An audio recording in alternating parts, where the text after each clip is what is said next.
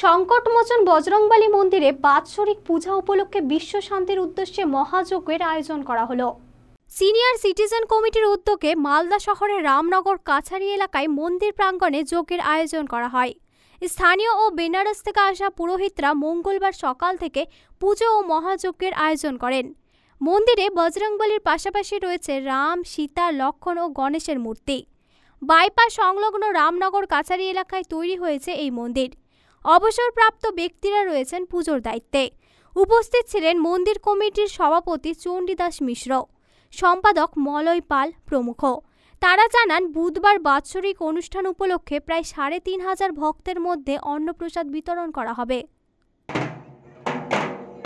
সংকটমোচন বজরংবলী মন্দিরে অনুষ্ঠান এবছর 5 বছর চলছে। আমরা বিশ্ব শান্তির জন্য যজ্ঞ আয়োজন করেছি, পুজো হচ্ছে এবং বুধবারের দিন নরনারায়ণ সেবা মানে। মালদা টুডে।